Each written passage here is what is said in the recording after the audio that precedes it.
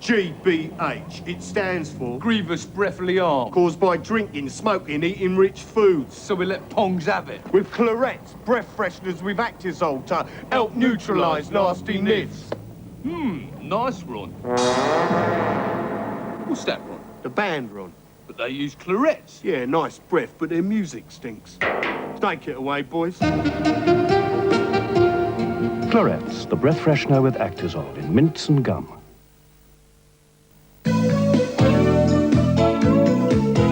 For my permed hair, I want more than just softness. So I use Energard's conditioner. Its unique formula gives my hair that extra bounce. Energard's conditioner from L'Oreal gently softens your hair without relaxing the curl, so your perm keeps all its bounce. Now, with Energard's, my hair is so soft, yet my perm looks like new. Energard's conditioner from L'Oreal softens your hair without relaxing your perm.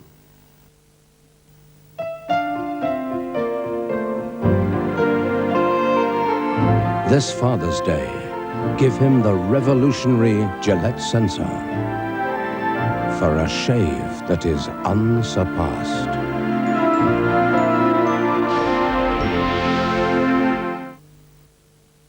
For this month only, Northeast stargazers will be treated to a unique sight. As usual, you'll see millions of shining stars, but none will be as brilliant as the stars you'll find on selected Fords at your local Northeast Ford dealers. Each star is worth at least £250 off the price of the car. So catch sight of this and you'll know you're in for a great deal. Or, if you hurry, you could find one of these and save at least £1,750. And... has anyone got 5p? Northeast Ford dealers, always a great deal to offer.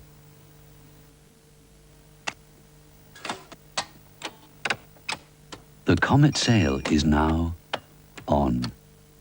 You know where to come.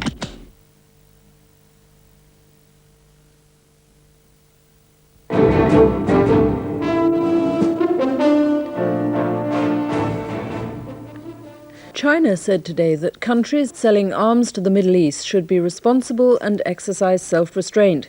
It said it would support efforts to make the region free of weapons of mass destruction. The Chinese are major arms exporters themselves, and yesterday they were warned by the United States against going ahead with the sales of missiles to Syria and Pakistan. The United States, the Soviet Union, China, France and Britain are to meet in Paris next month about slowing the Middle East arms race. The Paris Air Show opened today under a cloud. In Europe and America, arms budgets are shrinking. Salesmen are turning abroad as never before. And they're targeting the Middle East, where there's a race to rearm after the triumph of technology in the Gulf War. Much of the Middle East wants the high-tech tanks, planes and rocket launchers that helped beat Saddam Hussein. Saudi Arabia alone is doubling the size of its armed forces. It's ordered $15 billion in American arms, F-15 warplanes, M1 tanks, attack helicopters, Patriot missile batteries and multiple launch rocket systems. British companies hope to benefit. This automated factory in the Midlands makes rocket cases for the multi-launch rocket system. Vickers in Leeds see a £4 billion market for British tanks in the Middle East. After the success of Challenger 1 in the war, they're desperate for the British Army to order Challenger 2, believing that'll open the way to exports, even, they say, to Saudi Arabia. The Saudis have a policy, almost, of buying from more than one source. They like the security of doing that, and if you look at their current inventory in the Air Force, their F-15s and Tornadoes from the US and UK respectively do the same job. So although they have ordered some American M1 tanks, we, again, if we get the, when we get the MOD endorsement of our Challenger 2, confidently expect to be able to win orders from Saudi Arabia, yes. Despite the hard sell by America's arms makers in Paris today, Washington has called for voluntary restraint by the Middle East's main arms suppliers. China wants to sell ballistic missiles to Syria, fueling Syria's arms race with Israel. But China's call tonight for arms control in the Middle East casts new doubt on whether those missiles will be delivered. Syria already has about 38 Scud missile launchers, recently boosted by fresh deliveries from North Korea. If the new Chinese M9 missiles arrive, Syria will have about 100 launchers able to strike Israel. Israel itself already has 100 Jericho rockets able to strike Damascus. Syria uses Israel's missiles to justify its own purchases. And defence against such weapons gives the arms makers new justification for their sales. There's 14 countries that have tactical ballistic missile capability. You have to defend against that. And if we're going to have allies in those countries, I think they have the right to defend themselves against that kind of attack, and that we should support them. The lure of high-tech weapons may beat the arms controllers. If one country has them, other countries feel they need them too. Curbing arms sales to the Middle East was one of President Bush's most noble aims at the end of the Gulf War, but unless the states in the region settle their differences and agree their own agenda for arms control, it seems that his aims may have little chance of success. Geoffrey Archer, News at 10, London. In the Philippines, a volcano which had been dormant for 600 years is still erupting 2 days after it first began a series of powerful explosions. 40,000 people have fled the area around the Pinatubo volcano. Mount Pinatubo has been at rest for more than 600 years. Now it's awoken with a vengeance. Once again today, a dramatic plume of ash and debris shot thousands of feet into the sky. A pall of grey cloud now hangs ominously over the surrounding area, a blanket of ash covering the countryside, a wintry darkness in the middle of summer. With every eruption, towns and villages in the shadow of the mountain have been showered with volcanic ash. It falls like hot snow. People cover their faces against the searing heat. Tens of thousands of Filipinos are fleeing the area, taking with them whatever they can.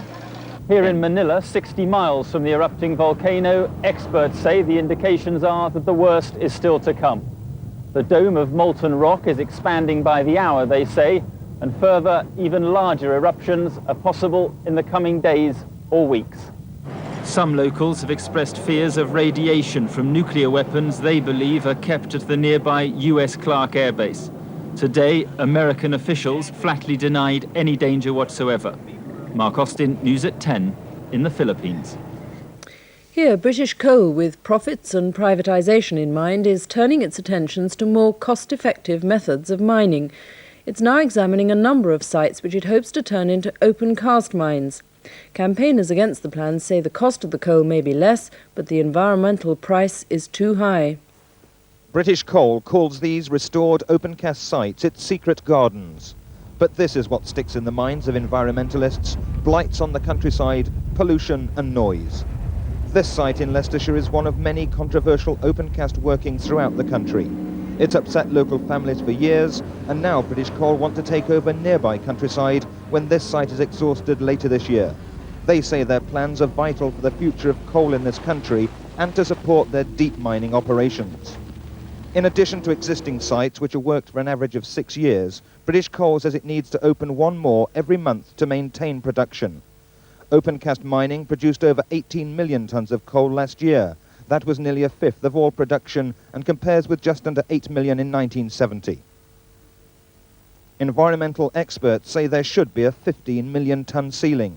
In fact, what's happened is that it's gone steadily up, and in 1989 reached 18.7 million tonnes and is going up all the time. British Coal argues that it's actually good for the countryside, restoring old mine-working sites and in many cases improving the landscape. This funfair and country park hide the scars of the former Shipley Colliery in Derbyshire. But protesters in Leicestershire like Frida Pyle say their bit of countryside has been ruined. The existing open-cast site lies to the front of her home. British Coal want to dig up fields at the rear to open the new site. British Coal, they're a big concern, and it's hard for us to fight it. The battle is on. The protesters meet regularly and have already blocked the scheme. A public inquiry will be held later this year. This recent application has made our blood boil, because if the Minister sees fit to approve this application, Heather will have lost 50% of its natural countryside. British Coal has nicknamed the protest NIMBY, not in my backyard. The problem is, if we add up all these local issues, we've got a massive national problem. Because if NIMBYism rules everywhere, we finish up in the UK with no open-cast coal industry. British Coal has promised to restore both sites and safeguard local jobs, but the protesters say they will fight all the way to prevent them being sandwiched between two open-cast mines. Terry Lloyd, News at 10, Leicestershire. A wren and a married Navy helicopter observer who were found naked together without reasonable excuse in HMS Brilliant in the Gulf were fined £750 each and severely reprimanded at the court-martial in Plymouth today. Sub-Lieutenant Jacqueline Ramsey, aged 25, one of the first wrens to go to sea with the Royal Navy, and Lieutenant Mark Davies, aged 29, both admitted conduct to the prejudice of good order and naval discipline. The court was told they didn't have an affair. Before today's proceedings, Sub-Lieutenant Jacqueline Ramsey, her life devastated by what her counsel called a foolish few minutes, voluntarily presented herself to the press. Lieutenant Mark Davies in the centre chose a less public entrance, as did his wife soon afterwards. At the time of the offences, Ramsey and Davies were serving on HMS Brilliant, the first British fighting ship to sail into a war zone with wrens aboard. 16 women in all, under tough battle conditions and a constant threat of attack. Captain at the time was delighted. This ship's company, a team of men and women, have most certainly shown they're up to anything that Saddam Hussein or anyone else can threaten. Today, Ramsey and Davies had the book thrown at them by a court-martial for conduct prejudicial to good order and naval discipline. They'd been found naked in Davies' cabin. They'd already been banned from shore leave for having coffee in Davies' cabin. The night they were found naked there, the ship was in Bahrain. Just about everyone else was on shore leave. They'd only been there a few minutes, the court heard, and had already decided it would have been foolish to continue with the relationship. So instead of returning to a hero's welcome, Davies was flown home in disgrace and Ramsey had been dreadfully humiliated. Vernon Mann, News at 10, Plymouth.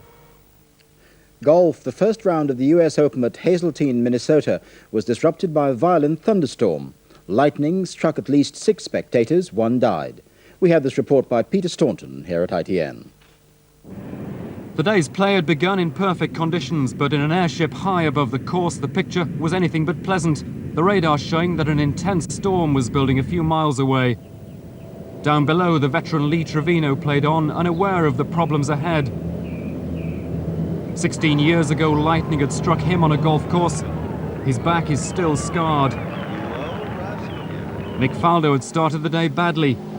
2 mistakes had left him struggling, but he was fighting back strongly and within 2 shots of the lead when the storm broke. Well done by Faldo. He ran to a greenkeeper's hut. The rest of the players were quickly taken off the course, but there was no cover for the 40,000 spectators. 6 were struck as lightning hit a tree. Medical teams got them all to hospital, but 1 man died later from a heart attack. It was a disastrous start for the tournament, which was suspended for more than 2 hours until the storm passed. And tonight's main news again. The Labour leader, Mr Kinnock, has described the latest rise in unemployment as the price of majorism. Mrs Thatcher's former advisor, Sir Alan Walters, says the state of the economy could cost Mr Major the next election. That's News at 10 tonight from Julia and from me. Good night.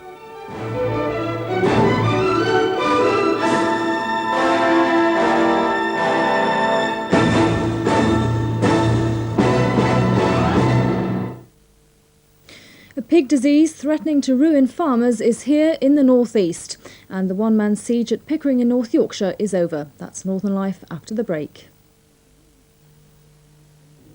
You never thought you'd find a Formula One inspired engine in a car that cruises at a whispering 65 decibels. You never thought you'd find anti-lock brakes, catalytic converter, and cruise control in an executive car that takes you beyond convention. Never say never. The Accord 2-liter I from Honda.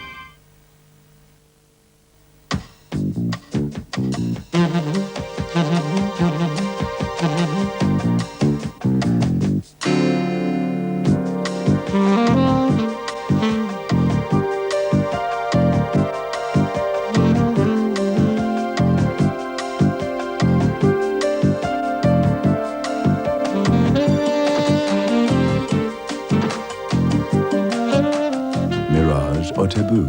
Which one are you? Full of ideas, your Whiskers cats. And Whiskers is full of ideas too. Like these new, easy-open small cans. And 4 delicious new Whiskers varieties, which they'll enjoy even more. Cats instinctively know what they like and what's good for them. Cats would buy Whiskers. The closer you get, the better you look, baby. The better you look, the more I want you. When you turn on your style, I'm like Imac Cream Hair Remover. For legs so smooth, you'll want to show them off. smoothest feeling. Imagine, the finest furniture from around the world can now be yours at generously reduced prices. The Barker & Stonehouse sale starts Saturday. In the Comet sale, there's interest-free credit on all Hoover products over £99. You'll be surprised what you can pick up. You know where to come. Which compact powder gets your whites ultra-white and squeezes a bit off the price? Daz Ultra, at a price that's right. Get to Dickens with absolutely positively everything reduced. Dickens make it easy on your pocket. Over 48,000 items reduced at Dickens.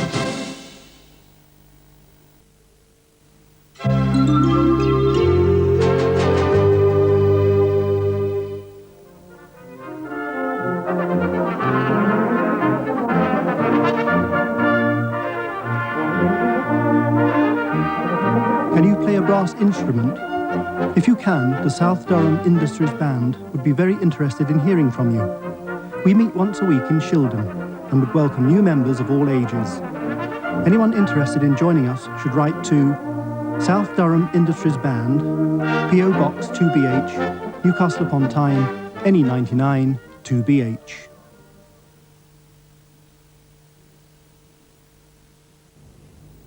Well, two Tyne Teas programmes for tomorrow evening. The Friday documentary gives us a glimpse into the colourful world of Tyneside's Chinese community. That's at 6:30 tomorrow night. And then at 10:40 we take a look at the political scene in the North East with Eric Robson. That's of course Point of Order, but right now it's the national weather followed by the local news.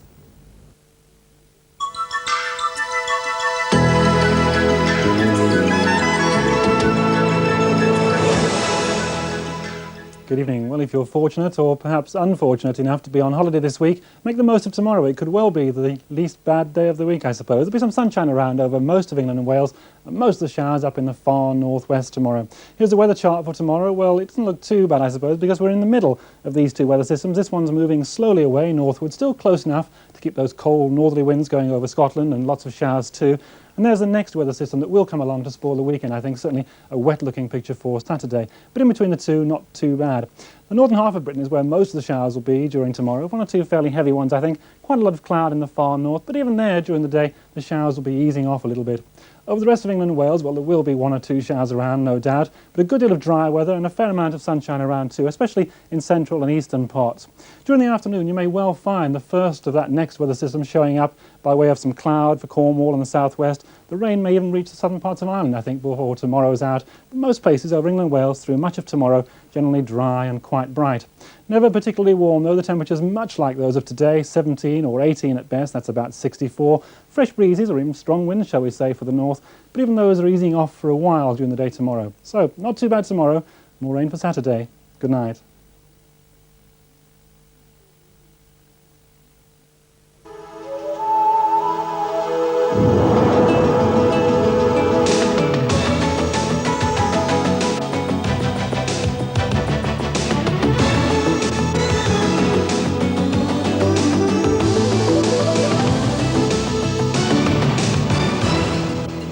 It's confirmed a disease threatening to ruin farmers is here in the northeast.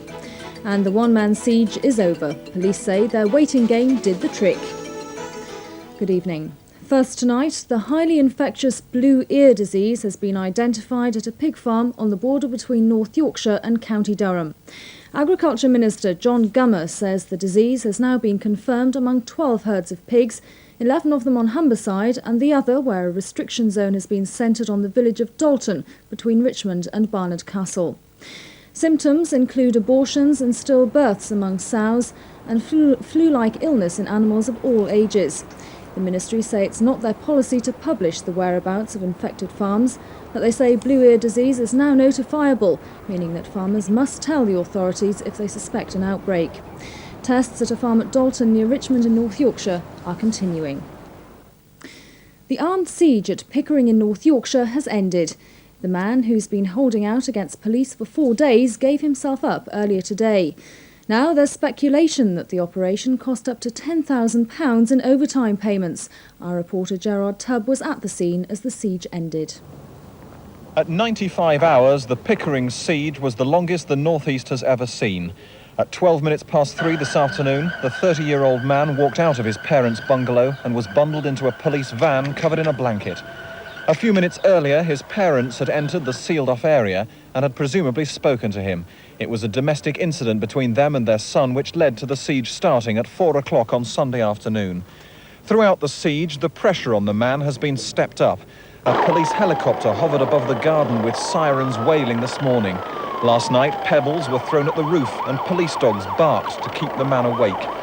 Throughout the siege, police armed with pistols, pump-action shotguns and laser-sighted rifles have surrounded the bungalow a few hundred yards from Pickering Junior School.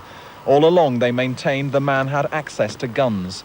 2 nights ago, he handed over a number of firearms after police cut off his water and electricity. Last night, he surrendered some ammunition. There's undoubtedly a feeling of relief in Pickering that the longest siege the North East has ever known, at 95 hours, is finally over. There was some criticism in the town today that the police should have done more to end it sooner. But as far as the police are concerned, no one was hurt. Their tactics were correct. A man who petrol-bombed the home and shop of an Asian family, causing £100,000 worth of damage, has been jailed for 4 years. Newcastle Crown Court heard that 2 police officers saw 26-year-old Robert Longstaff with the petrol bomb in his hands, seconds before he hurled it through an upstairs window in Ripley Avenue in North Shields. Longstaff, who's unemployed and of no fixed address, admitted arson. 1 in 10 people in our region is now out of work, according to the latest figures. The seasonally adjusted total shows 143,000 people are without a job, a rise of 2,900 over the past month. The figures are the highest since April 1986. South Tyneside is still the worst black spot, with an unemployment rate of 16.1%. Middlesbrough Football Club has strongly denied that it's facing a financial crisis for the second time in 5 years. But the decision to axe a quarter of the staff behind the scenes at Ayresome Park has renewed fears of a cash shortage. Last week, the club put 11 players up for sale. These are the scenes that still haunt Middlesbrough fans. The lockout at Ayresome Park in 1986, when the team was almost booted out of the Football League with massive debts. It was rescued by a business consortium and played its way out of trouble. Only a month ago, it was on the verge of promotion back into the First Division. But since it failed, the upheaval has been dramatic. The price of a season ticket has shot up. In certain cases, the cost has doubled. 11 players have been transfer listed in one of the biggest clear-outs the league has ever seen. And 4 out of 5 ground staff, along with all the cleaners, have lost their jobs. Fans fear the bad old days are back. Definitely. I mean, that sort of thing springs to mind immediately. Are we going back to 1985, pre-86, when Mr. Henderson and Mr. Lamb sort of took helm of the club and brought us up to where we are? But let's face it, I mean, in those days, we were only getting 4,500 people attending Ayresome Park for a home game. We're getting 17,000 now. Those fans watched the club's leading goal scorers, Bernie Slaven and Ian Baird, notch up 36 goals between them last season. But now that they're both up for sale, it'll take a great deal to get some supporters back into the ground. Plenty of supporters I know are definitely not going this season because of the price raise on tickets. Will you continue to go? I don't think so, only on the big matches, like Newcastle and Derby matches like that, but none of the normal matches. The club says it's making a complete review of its structure and stresses that the most recent redundancies are not because of any financial need to reduce costs.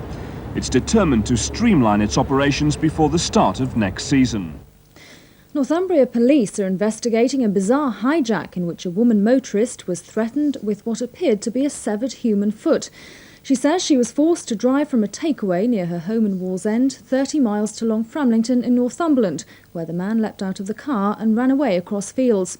Police say the woman was unhurt but terrified. The race against time to save the Midland Jewel for the nation and for North Yorkshire has been given a huge boost. The millionaire philanthropist John Paul Getty Jr. has pledged £250,000 to the public appeal to keep the 15th century pendant in this country. Now a quick look at the weather forecasts for tomorrow, and it will be unsettled with some sunshine and showers in the afternoon, winds fresh to strong, temperatures average for June. That's it from us. Good night.